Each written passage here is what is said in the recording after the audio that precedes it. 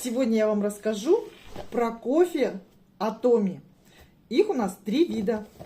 Есть кофе классический черный, кофе арабика, очень вкусный, очень приятный аромат. Также для любителей 3 в 1 это вот этот кофе. Здесь идет кофе арабика, тростниковый сахар и молоко без лактозы. Ну а для тех, у кого повышен сахар, для них тоже есть кофе. Вот такой вот кофе с стевией. Очень вкусный, очень приятный.